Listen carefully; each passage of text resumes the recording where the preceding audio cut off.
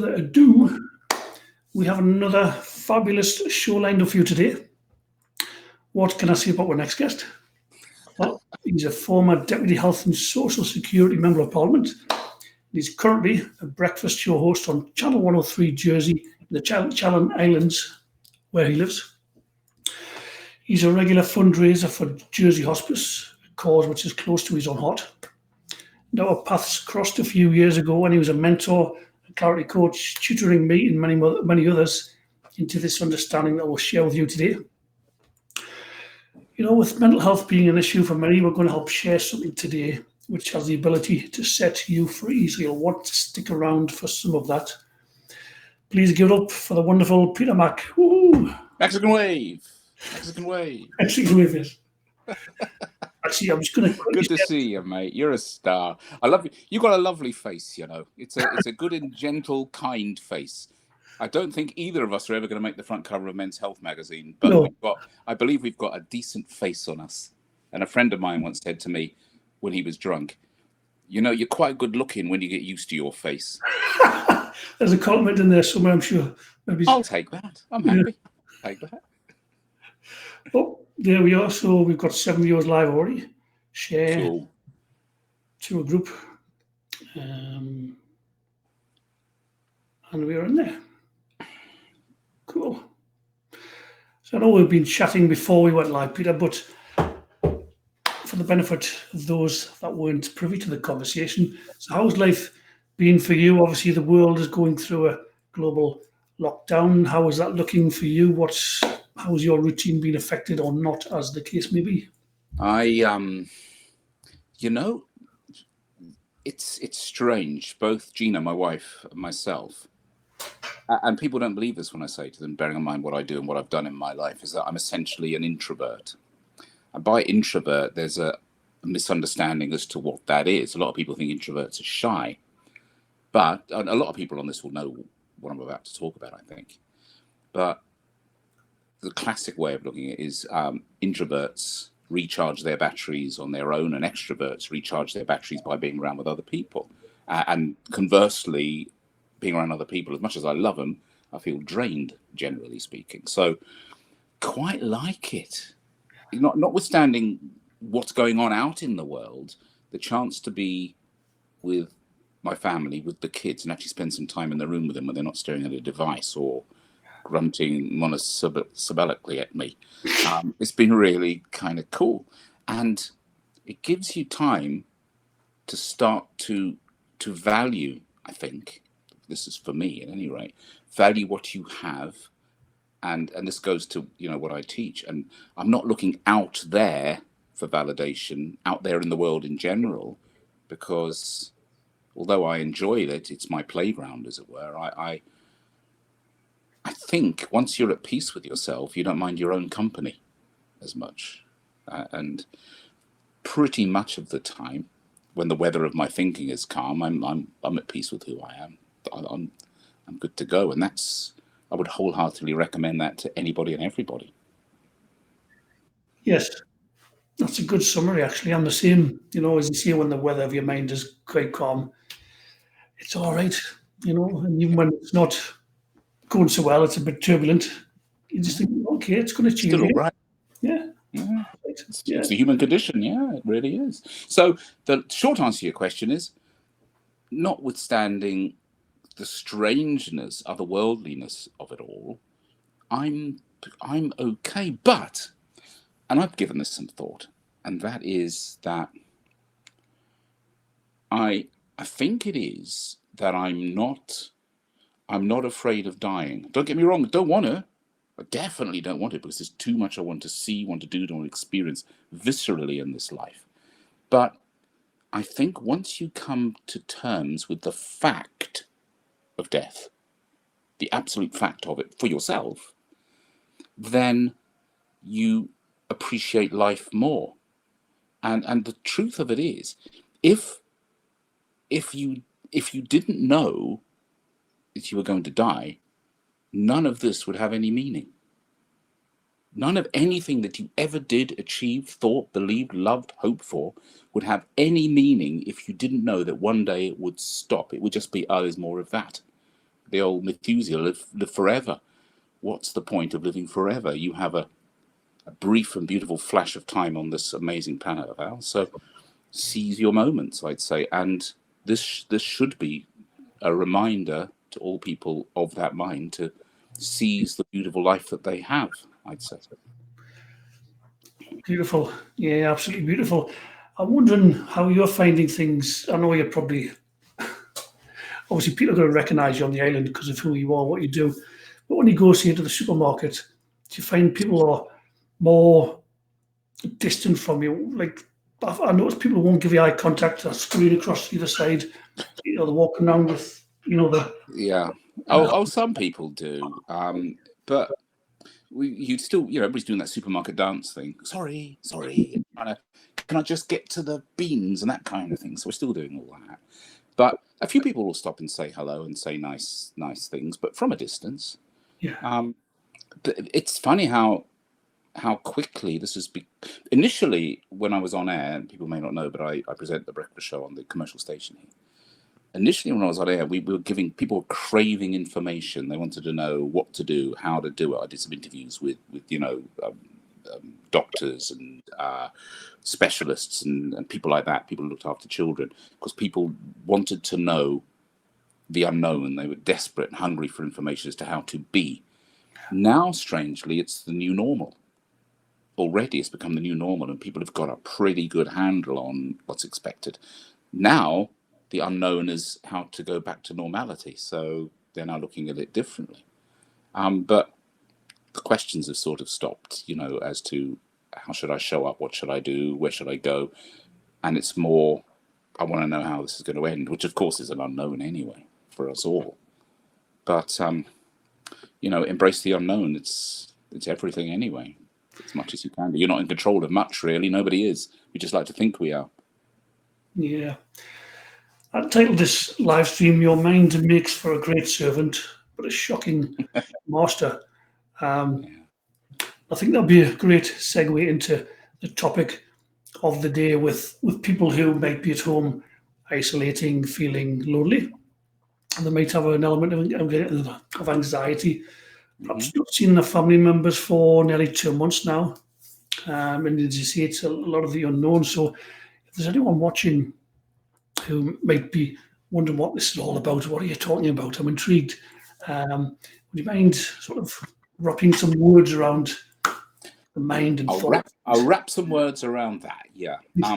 Perhaps I should start with what I've trained in and I helped you with when you were going through your training, and that is the 3 principles and what the understanding of that is. And if that's okay with you. Yeah, of course. Some people will be aware and some won't, I guess. And I think a lot of people who learn this, they struggle to explain it, which is they're so simple, but just putting the words to it and then having people who hear it go, oh, it has to work that way. So I'll start with the 3 principles, or what a principle is. Gravity, the best one to describe, is a principle. It's a fact.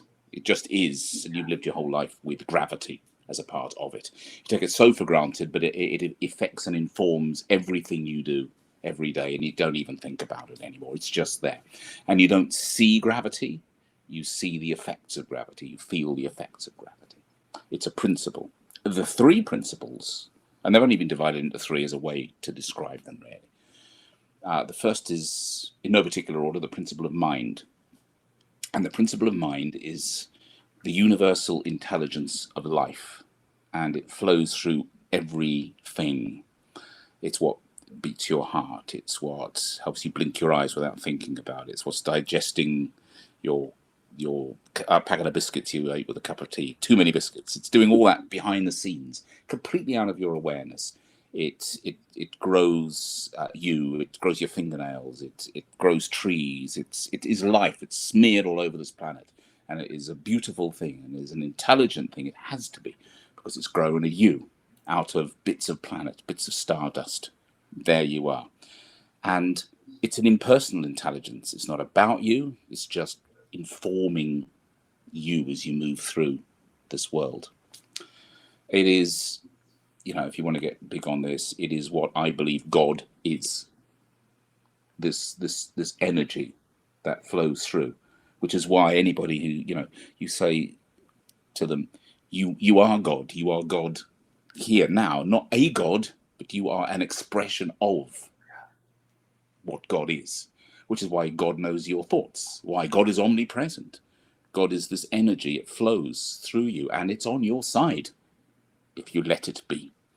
And when you push against it, that's when the feelings start getting a bit weird. That's when you ache. You can't help but do it. It's the human condition. It's the price you pay for having an ego, a sense of self, which is the problem all the time with everything, if we're honest. So the universal intelligence of life, call it God if you want, you can call it whatever you want, you can go to church if you want, you don't have to if you don't want to, but it's there. It is a spiritual energy that flows. And it's pretty hard, be it an atheist or a believer, to still deny that something's going on. And we must be a part of it. It must be in every cell and fibre of our body.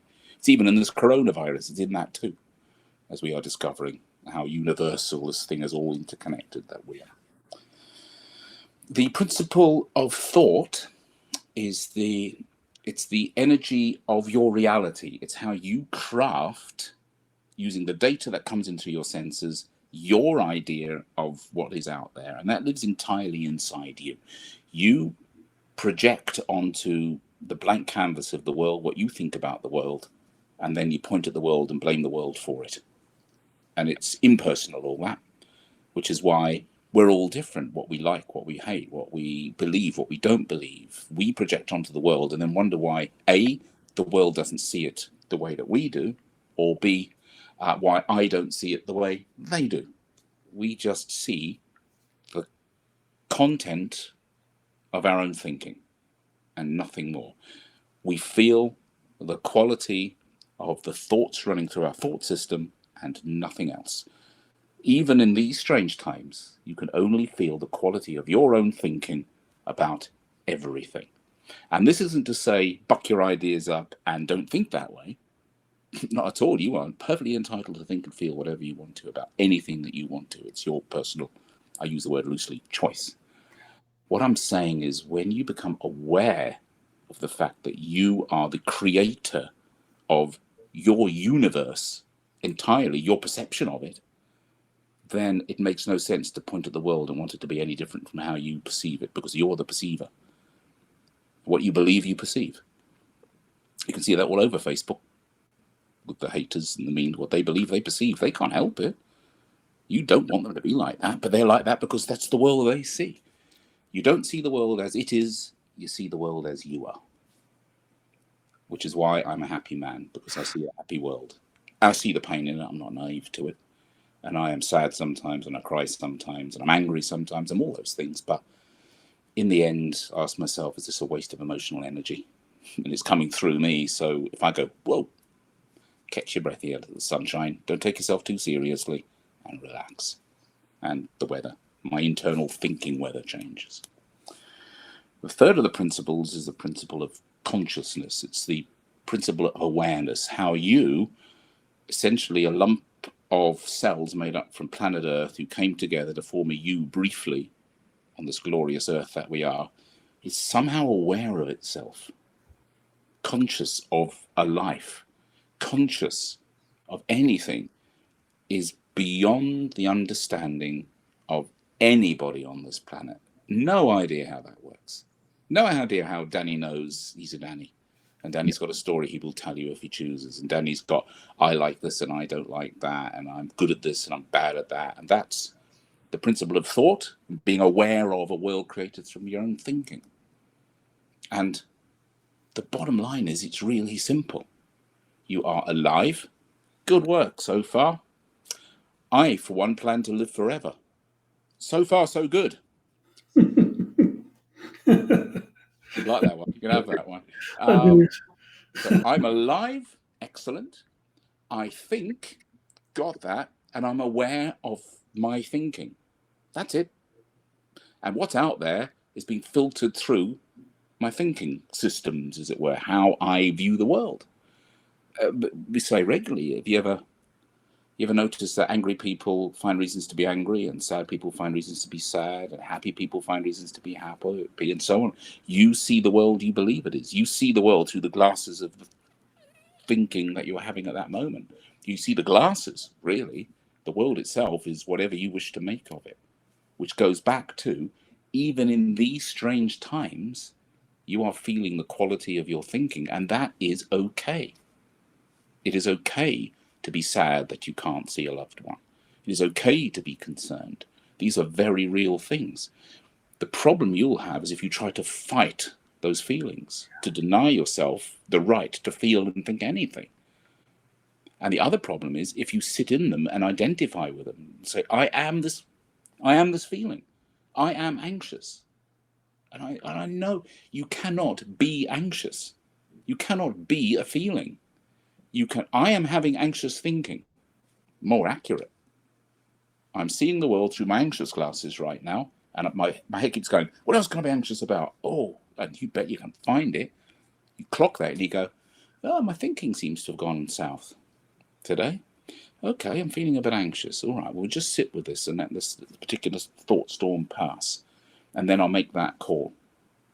And the other thing about using anxious as an example, and I love this as a wonderful metaphor, because most people, when you explain the three principles, they go, yeah, I suppose that's true. And I've noticed occasionally a resistance to this particular frame, which I think is important. And that is that depressed people live in the past and anxious people live in the future. And depressed people live in the past, and what they do is they drag their thoughts along with them and then regularly beat themselves over the head with the thoughts. And what your mind's brilliant. What it does is it goes, I'll go and check in the library of me. Oh, look, there's a reference for what I'm perceiving in this moment now. And it was, you can't trust men. Because once upon a time, therefore don't trust any of them. Stay safe. Because you have a monkey brain that's trying to preserve the life force that you are in this moment. And it'll use whatever it's got to do that. So it will project onto the world. For example, don't trust men with beards or something. Oh, I don't know, there's something wrong with him. The bloke's going, what? What's wrong with me? I've meant to have a shave, but it's lockdown.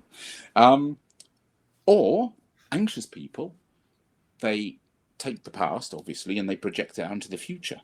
And they decide what the future's going to be like, and then build up a huge shitfest of a story based on a future that doesn't exist. And then feel the fact that their thinking's gone off whack somewhere where they are not. And the fact of the matter is that there is no past. It does not exist. And people spend their entire lives dragging their thoughts about the past around with them, which is what memories are. Because memories aren't the past. A memory is a thought you have about the past. And I'll say it to you, Danny. When do you have the thought about the past? Now. Yes. Now. In the moment, yes. Yeah. And the future simply does not exist in any way, shape, or form. It's just your imagination, and you have to have that now. Mm-hmm. It is the infinite present. It is always and only ever this very moment. And anytime you step outside of that, and you can step back into memories, they're great. Oh, remember that time when we blah, blah, blah, enjoy. But the ones you go back to beat the shit out of yourself with is, when you realize how it works, optional. And I'll admit, you don't choose to. Sometimes when you're lying in bed and you go, oh, and then there's that time when off you go. But you go, hang on a minute, I see what's going on. There, Monkey's bored. Monkey's looking for a reason. Monkey's gone off, wandering off somewhere, looking in cupboards and putting out crap. Okay, I see you. I'll sit back and I'll observe you for a while. But I don't have to get involved with this, because I am infinitely more than this, which everybody is.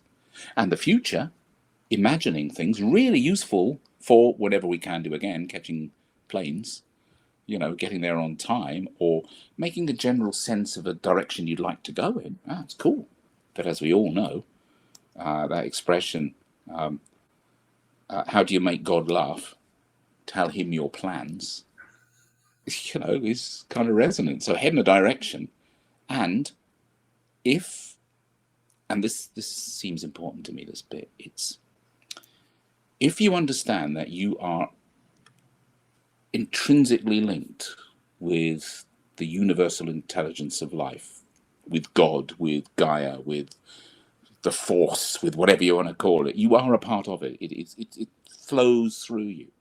Then if you give to it, if you give back to it, if you connect with people, if you smile, if you enjoy, if you inquire of people when you go into a shop and you see their name badge, how are you doing?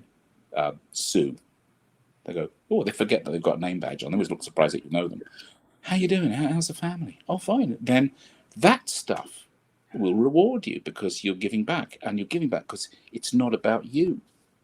As soon as you make it not about you, your idea of you, then life will start to go, you get it. You're swimming in a sea of life. This sea isn't for you. You are of it. You are a drop in this ocean. Appreciate it and flow with it. Stop pushing against it. And then your unfolding ideas and dreams will put you, I believe, in exactly the right place at exactly the right time, with either a lesson to learn, which you don't necessarily enjoy, trust me, but you'll learn, or it'll give you a gift somehow. And then one day, when life's done with you, it will pull your plug, and you don't know when that's going to be either. No, you said so much in that, and very well put. And you said something powerful that when the monkey mind starts doing its thing, especially 5 o'clock in the morning, or in your case, probably early in that because you get up stupid o'clock. But get up at 5 o'clock in the morning, yeah. When the monkey mind starts going, you then have a choice. You said you can observe it. You can just let it run its course. Yeah. So powerful. Yeah. Really, really takes something away from this call today. It is interesting because when you say to people, and my wife, who takes most everything I say with a pinch of salt, as she probably should, but one thing that I did say to her, which really clicked for her, and I actually, it brought tears to her eyes because it felt that important to her. It was one of those moments. Some people will hear it, some don't. I said to her, that voice in your head goes on and on. You are not that voice. Who's hearing that voice? You are behind that. The real essence, the powerful, beautiful essence of life that is you, is observing that voice and hearing it. And the problems that we all have is that we take that yabbering idiot monkey in our head seriously. And if that idiot monkey in our head, oh, you're never good enough, you're not attractive enough, your bum looks big in this, you look ridiculous, what are they going to do? They're going to point and laugh at you, blah, blah, blah, you're not good enough. Why would you ever take a thing? Why would you ever start? You couldn't start a business, you're rubbish, blah, blah, blah, that kind of thing. You take that seriously and it'll be the end of you. But if you hear it and you observe it and you think, I understand that your motive is to protect me, but you're making up shit to protect me from and then congratulating yourself that you've protected me. How does that work? You're protecting me from your own imagination. Now, what if I just showed up to my life? What if I thought, I'll explore that area because there is no failure, there's only feedback, and I can learn through how I get it wrong or my preparedness to get it wrong in order to get it right. And also treat that voice in your head like, imagine it was a person who followed you round everywhere, even into the toilet, and didn't shut up the entire time and went, look at you, state of you, or whatever. And if that were a real person, you'd get a restraining order on them. You'd have them removed, which is weird when you think that in reality, that voice is the voice we pay most attention to for most of our lives. And yet it talks unutterable shit most of the time. The voice of your ego doesn't tend to have much to say much of the time, including, you're great, you're marvelous, you're better than them. No, you're not. You're just different. And so, yeah, pay scant attention to the voice in your head, but every once in a while, those insights, those amazing ideas, those, I've never thought of it that way before, pop in, that's coming from somewhere else, I would suggest. That's coming from the universal intelligence of life, and it's landing in you because it wants you to do something about it. It says, "You're an instrument for me." As I say, I am nothing but the glove puppet of the universe.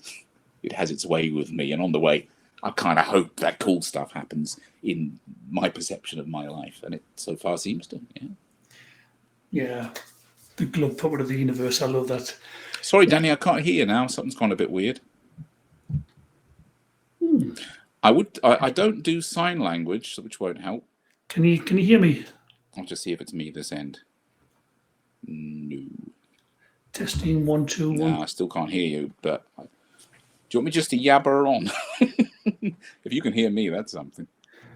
I can hear you. I can hear you. Well, I can't hear you again. But happy days.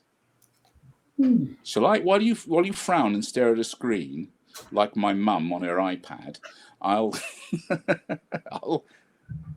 shall I just yabber on myself? Because if you can hear me, I gather that the guys can. I'm supposing.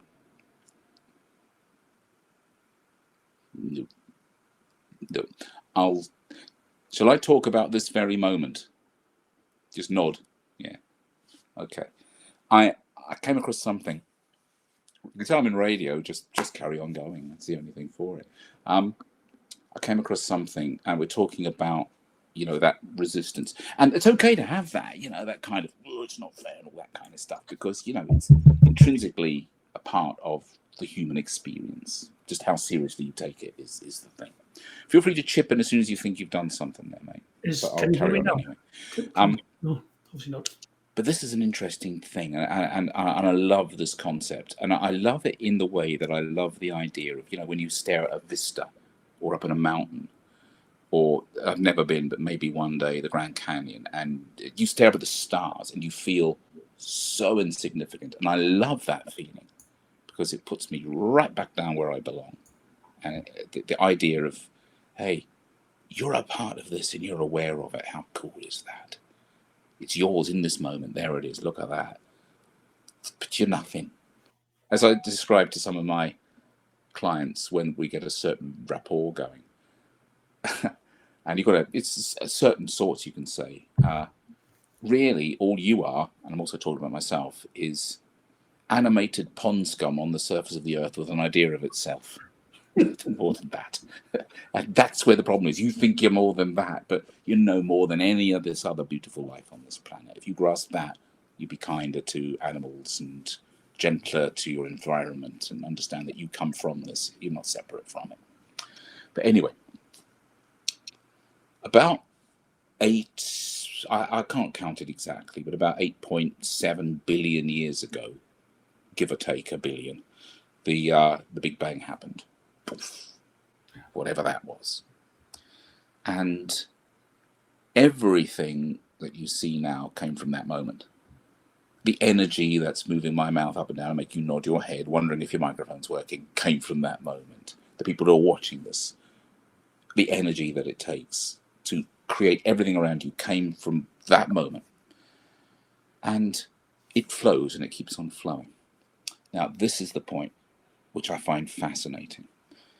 Everything from 8.7 billion years ago to this moment had to happen in a certain order for the next thing to happen, for the next thing to happen, for the next thing to happen. And it took eons of time for much of it, for the next thing, for the next thing, for the next thing, for this very moment to appear as it appears right now, in a certain order. And all you are is alive, you can think, and you are aware, and you are witness to the very thing that is in front of you right now. And it is nothing to do with you. It just is. The great isness of it all, and you witness it. And there is something extraordinary about the fact that this coronavirus is one of the things in that step. It's just happened, this happened, and that happened, and that happened, and Wuhan happened, or whatever, and off it went. And it's happening, and you are witness to it. And it's not about you. It's really hard when you're in your ego, in your sense of self, to not go, whoa, yeah, I do that. But if you step back and go, I am witness to this moment in time. And it's so slender, it's so not there, it's so this present moment. And it's just a coincidence of things. I say a coincidence, possibly not, of things happening in a certain order for you to be around to witness it. And to resist it is futile and pointless, because it's not really about you anyway. And there's something really powerful, I think, in grasping that in as much as you can, because again, if you lose a loved one to this virus, then you're going to feel what you feel. You're going to feel, God, shake your fist at the skies, and wonder what's going on. But step back from that and know that somehow or other it just unfolded that way, and it wasn't about you, it wasn't about them even. It was just appreciating the gift of life and the ability to witness this very moment your entire life, and then treasure them all, and learn from the shit ones, because they're going to come too. They just are. Can you hear me now? And I really wish I could hear you, Danny. No, God, yeah. No, I love that. So perhaps like Bob Dylan in that song, you could hold up little cards and then throw them to the side or something. You could do that. You could do that. It doesn't matter.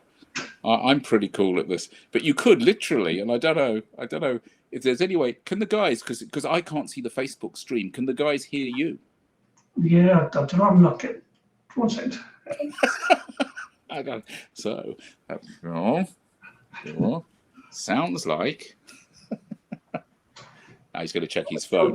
Can people hear me? No, I don't know. Danny's speaking there. It could be for the benefit of the people on Facebook, but I'm not getting any volume at all out of this. No, there's nothing there.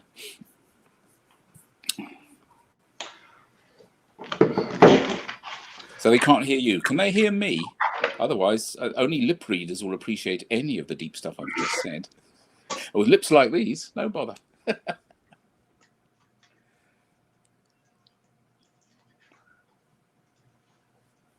It's good just watching Danny there doing his thing. He's like Grace under pressure. Oh, they're still you. Oh, I have a course. I do. Yeah, of course I have a course. Thank you. Good stuff. That was a bit like Bob Dylan.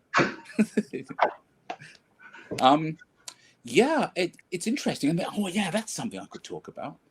So in Jersey, I've got a course, and it usually retails for quite a lot of money, but something told me, it said, you should make this really cheap so that people wouldn't mind, spending a tenner on it. They wouldn't think, God, I hate that man. This is all shit. I hate him. And they'd buy into it and they go, that's really interesting, which I believe people will. Or, no, it's not for me, but hey, it doesn't matter. And I've even said I'll give them the money back, And I made it available locally in Jersey. I thought, well, I'll make it available over here, and people can make of it what they will. So I'll put it onto Facebook, onto the ads. And they worked. It's nice. And people were buying it, a tenner a time here and there, sprinkled around. And then I got a message, and from somebody, I don't know, because they don't have to be a Facebook friend to post a message on the advert. And he said something like, are you kidding, you tosser, profiting from people's fear and misery? I went, okay. And I deleted the message because it doesn't sit there very well, And I thought, well, I'll get rid of that. Once upon a time, I'd have been bereft of that. I'd have torn myself to shreds over that. I'd have got angry. I'd have got, is he right? I'd have asked myself a load of questions about it. And this time I thought, well, he's obviously in a world of pain. He doesn't know that, because, we're looking at a 5-hour course for a tenner, barely covers the cost, to be totally honest. And I thought, well, that's okay. He can think that if he wants, but I wouldn't want to be his thinking at the moment, because he's obviously doesn't know me, doesn't understand, hasn't taken any time. He's just lashing out. He's just hurt, and people either run away, freeze, or lash out when they're hurting somehow and scared. And so I just went, bye-bye. I checked that he wasn't one of my Facebook friends, and he wasn't. Because he was, I just, as Danny and I were discussing beforehand, I just, if anybody's talking negative garbage, I just blank them. I go, not going to go there. Bye-bye. You can do what you want. I'm not going to rally. I don't even rail against it. I don't join in the conversation. I just go, bye-bye. Because, watch what you do with your thinking. Watch what you do. If you believe the weather of your thinking when it's low, you're going to get yourself in a right shit place by continually feeding, the wrong wolf, as the Two Wolves story goes. So the course, which I'm more than happy to make available to anybody who wants to have a look at it, I'll bang it. When I do the Jersey one, you get to see me standing in front of our wisteria, which at the time was beautiful. But wisteria goes really shit really quickly.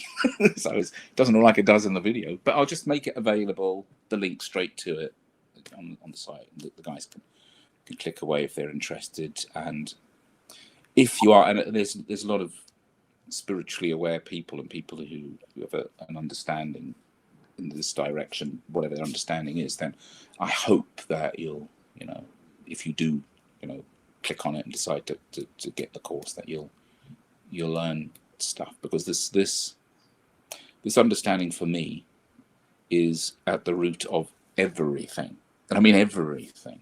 And no matter what path you decide to follow, there remains these psychological facts that underpin it all, and they are that we're alive, and there's some intelligence behind it, and it's running the show, and we're not. And as soon as we think we are, we're in trouble. There's thought, the principle of thought, not thoughts we have, but the ability to craft everything through what we perceive, everything, without exception. It's all crafted in here, not even in here really, before that. And we're conscious, we're aware. We have.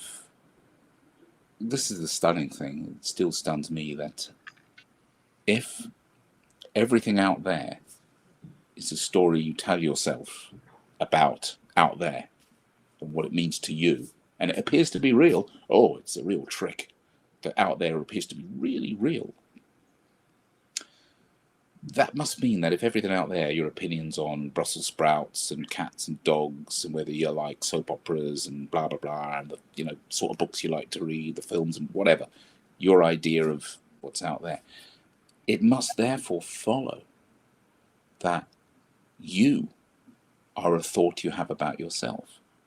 You are your own construct. You are a story that you tell yourself, that you keep alive for much of your life.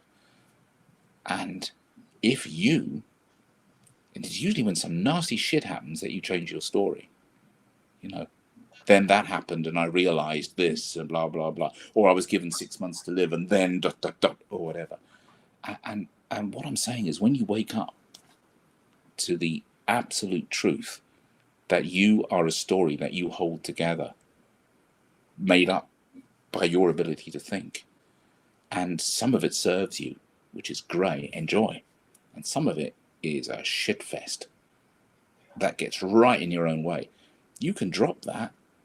You can realize you're doing it and go, I keep telling myself I'm shy. I keep telling myself I'm not enough.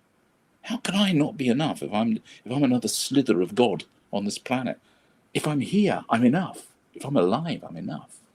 I am enough. I deserve to be here whilst I'm here. I don't deserve it any more than anybody else. I don't deserve it any less than anybody else. I am a sentient, self-aware being on this planet right here, right now, with the ability to make up my own story as to what I want to do, what I want to be, how I want to see it. And sometimes I lose sight of that because it's natural. But it turns out that we really, really are spiritual beings having a human experience. And it's the human experience that we get a little bit too elbow deep in, a little bit too, the world should work out the way that I think it should, or there's no way the world's going to work out the way that I think it should because I don't deserve it, or any such nonsense. We're swimming in a sea of thought, and we are fish. And like fish, we don't know it's water. The fish don't know it's water, we don't know it's thought until we do. And when we do, oh, it's liberating. And I still can't hear Danny, but I love this stuff. So, do you want me to say anything else about anything else, mate? Do you want to scribble or whatever? Or did you pour tea on your keyboard? I'd love it if there were some questions from the guys. If they've got any, I'd love it, but I can't see those. So.